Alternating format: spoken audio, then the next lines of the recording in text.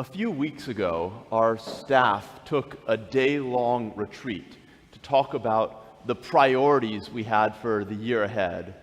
We spent most of the day talking about what we want to do in the upcoming year, things we want to change, things we want to improve. You see, unless we stop to look in the mirror, it's so easy to keep doing the same thing that we've always done over and over and over again. We say things like, if it ain't broke, don't fix it. You see, all of us get into patterns in our lives. We have sort of an autopilot system that's so easy to take over our actions and our decisions. In other words, if there are areas in our lives that we want to see change or improve, we need to intentionally get out of our ruts, to break out of our patterns, to turn off our autopilot. This staff retreat that we took was meant to interrupt the status quo. It was meant to interrupt our autopilot thinking. And I think that for all of us, we need to have moments that interrupt our lives and force us to look at where we're going. Socrates famously said, "The unexamined life is not worth living." But how many of us are willing to let ourselves be interrupted, to allow ourselves to stop in the middle of our busy lives, examine where we spend our time and what's most important and where we're going? When you look at the Bible, what you see again and again is that it is filled with not only interruptions, but holy interruptions. Interruptions where God is in the midst. One of the dangers of how you and I can read the Bible sometimes is we can think of it as being so spiritual that it becomes completely disconnected from reality. We can begin to imagine Jesus, for example, as someone who was totally removed from the human experience. Jesus as someone who's totally unrelatable. But one of our fundamental Christian claims is that Jesus was not only fully divine, but Jesus was also fully human. This means that Jesus felt the pressures and the stresses and the anxieties that all of us feel. So I've got a question for you. Who here has managed a team of people or managed staff before? You don't have to answer out loud. Who here has managed teams of volunteers before? If you haven't, I promise it's infinitely more difficult. Jesus in the Bible had 12 direct reports, all of whom were full-time volunteers. And then there was this whole other team of people who were vying for his attention, sort of on the periphery, who wanted to talk to him. At the beginning of the 5th chapter of Mark's Gospel, Jesus made a quick trip across the Sea of Galilee. I think it was sort of a spiritual retreat, maybe a weekend to get away, some R&R. But Jesus couldn't remain there. He had a lot on his plate. He was busy. He had staff to manage. He had things to do. So in today's reading, after this long weekend, after this R&R, Jesus sailed west back across the Sea of Galilee to get back to work, to get stuff done. I spent the last week or a little more representing the Diocese of Florida at our church's National General Convention, the equivalent of the U.S. Congress. It meets once every 3 years. General Convention addresses big issues that we're facing, kind of budgetary questions and theological questions and questions of administration and priorities. We elected a new presiding bishop, Sean Rowe, at this General Convention. And while General Convention was a great experience, if I'm being really honest, when I flew back to Jacksonville yesterday, I was a little stressed about all the work that I felt I had to catch up on. Jesus, when he sailed west across the Sea of Galilee to get back to work, I imagine he also was aware of all the work he had to do. I imagine for almost all of us in this room, when you get up tomorrow, you will be very aware of the projects and the priorities that you have, the work that you want to get done in the week ahead. Now, Mark's gospel doesn't tell us exactly where Jesus sailed to when he crossed the Sea of Galilee, but Matthew's gospel that records this same event says that he went to the city of Capernaum. Capernaum is a city where Jesus did a lot of work. He taught in Capernaum. He performed many of his miracles in Capernaum. It was in Capernaum that he called Peter and Andrew and Matthew. Capernaum was a place of work for Jesus. And when he was about to finally return to his work, his plans, we read in our gospel passage today, were abruptly interrupted. You know, we see this pattern again and again in the Bible. God interrupts us in the middle of our busy lives. Moses had fled from Egypt and become a shepherd, but God interrupted him, calling him back to lead the Israelites out of slavery. Or Gideon was a humble farmer, the lowliest member of his family. He spent his days behind a plow when God interrupted his life and called him to lead the Israelites to defeat the Midianites. Or Amos was a shepherd and a fig farmer when God interrupted his life and called him to be a prophet. Or Mary was a young unmarried woman in a small town when God interrupted her life, telling her that she would bear Jesus Christ. Again and again, God interrupts the lives of those in the Bible. And God does this with us also. Socrates said, "The unexamined life is not worth living." I would say that life on autopilot leaves us oblivious to these holy interruptions that God places in our lives. So Jesus sailed west across the Sea of Galilee, back to Capernaum from his sort of weekend retreat, his R&R. Jesus had an agenda. He had things to do. And then in the passage we hear this morning, we're told, one of the leaders of the synagogue, named Jairus, came, and when he saw Jesus, fell at his feet and begged him repeatedly, "My little daughter is at the point of death. Come and lay your hands on her so that she may be made well and live." So Jesus went with him. Imagine this from Jesus' perspective, throwing out the agenda, throwing out the to-do list. Jesus, his plans were being interrupted, but he responds to this holy interruption. Jesus leaves Capernaum and he begins to travel with Jairus. His plans for the day and the week would have to wait.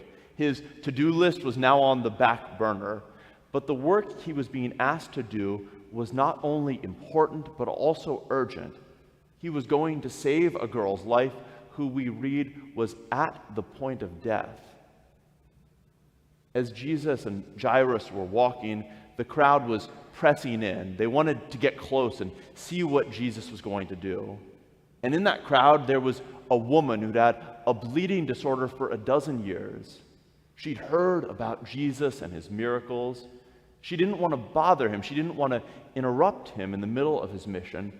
So she came up behind him and simply touched his cloak. And immediately, we read, she was healed. Jesus, at this point, could have kept on going. As a matter of fact, I think that would probably have been the most efficient response. There was no need for him to stop. After all, we're told that the woman was already healed. But Jesus knew that he was being interrupted. Jesus, who was in the middle of an interruption already, going to heal Jairus' daughter, was now interrupted again. So he stopped and he asked, "Who touched my clothes?" And the Bible tells us that the woman came in fear and trembling, fell down before him, and told him the whole truth. Jesus had this busy schedule. He was on his way to do something important, and yet he paused. This interruption was an invitation to serve God's people and to make sure this woman knew that she was a beloved child of God. So Jesus looked at her and said, "Daughter, your faith has made you well. Go in peace." Go in peace. I think so many of us are so good at making excuses for why we are too busy to respond to whatever need is in front of us. We worry about the interruptions and the time they could waste in our lives and the deadlines we could miss. But here's my question. Don't you think Jesus could have said the same thing? Don't you think Jesus could have made an excuse to avoid this interruption? After all, we read that while Jesus was speaking with this woman, people came from the house of Jairus to announce that Jairus' daughter had died. Had Jesus messed up?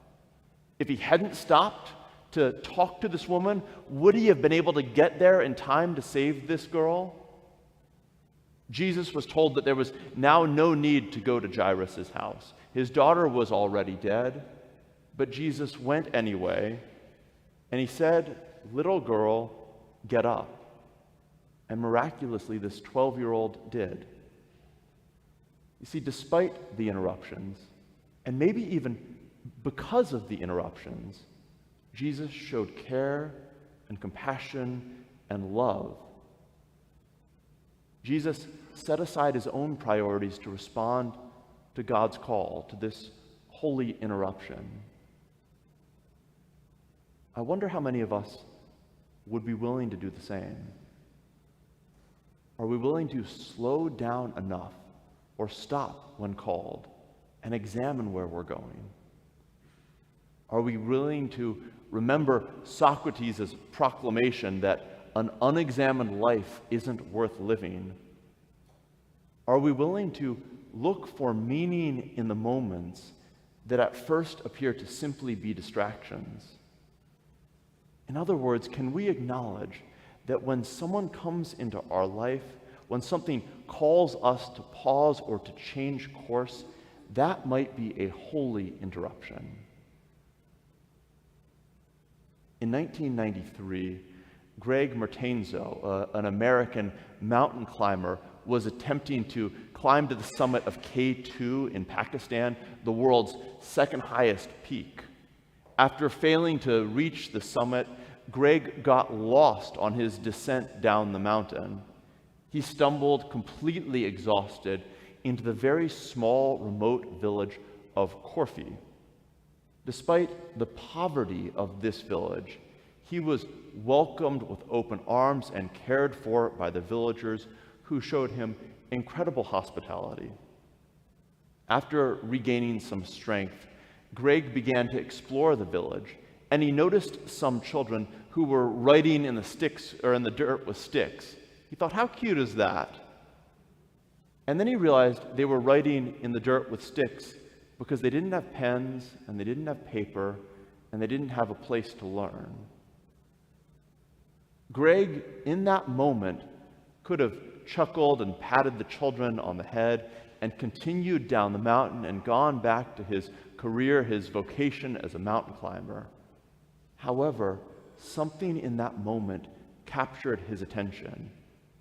This moment, these children interrupted his life, and he made a promise. He told the little children that he would come back and he would help them build a school.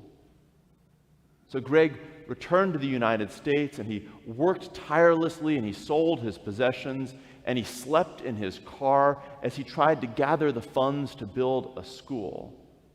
Eventually, with the support of donors and volunteers, he went back to this village of Corfu, and he built the village's first school. You see, for you and me, when someone tries to interrupt our plans, I think we're often reluctant to respond because we think this will be a distraction that will diminish our lives or pull us away from what's important. But what the story of Jesus healing first this woman who had this bleeding disorder for 12 years and then this 12-year-old girl, it shows us that when we allow ourselves to be interrupted, our lives can become even more rich, even more meaningful, have even more purpose.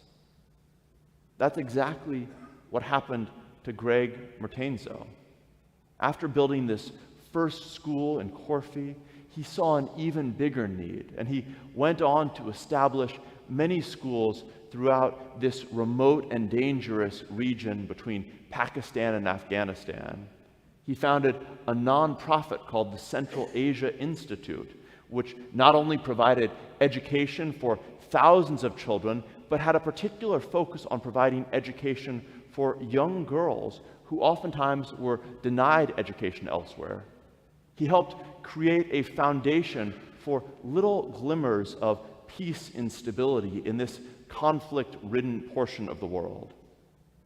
You see, Greg's journey from a mountaineer to a humanitarian is such a powerful reminder that these moments that come into our lives that appear to be inconsequential really may be an invitation to accept an interruption that could transform our lives. You see, when Jesus was doing this important work of building up the kingdom of God, he allowed himself to be interrupted. And because he did this, he changed the life of this woman who'd had a bleeding disorder for 12 years. He gave new life to this little girl, maybe allowing her to grow up and spend time with her friends. He gave new hope to her father, Jairus, who now may have been able to see his daughter get married or have children, his grandchildren someday. You see, for us, for you and me, we need to look at the moments in our lives that appear to be interruptions and remember that they may be holy interruptions, interruptions that can bring us joy and purpose, interruptions that can help us build up God's kingdom, interruptions through which we can show God's love to our neighbors. This week, will you look for the holy interruptions in your life? Amen.